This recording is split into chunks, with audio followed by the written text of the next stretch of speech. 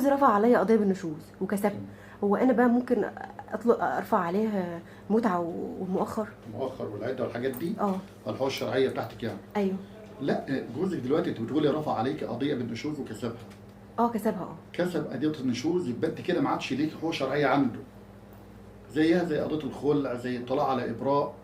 هو انت كده هو اثبت قدام المحكمه ان انت ناشز، والناشز ملهاش حقوق شرعيه.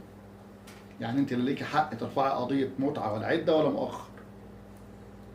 خدت طيب. بالك؟ ممكن تطالب بقيمتك، ممكن تطالب بحضانه اولادك، بنفقه اولادك، لكن كحقوق شرعيه عده متعه مؤخر مالكيش الحق تطالب بيهم.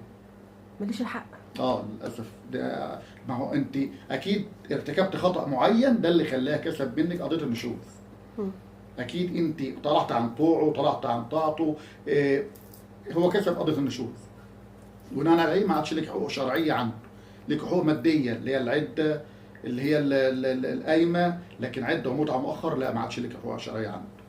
ماشي، متشكره قوي. تحت امرك.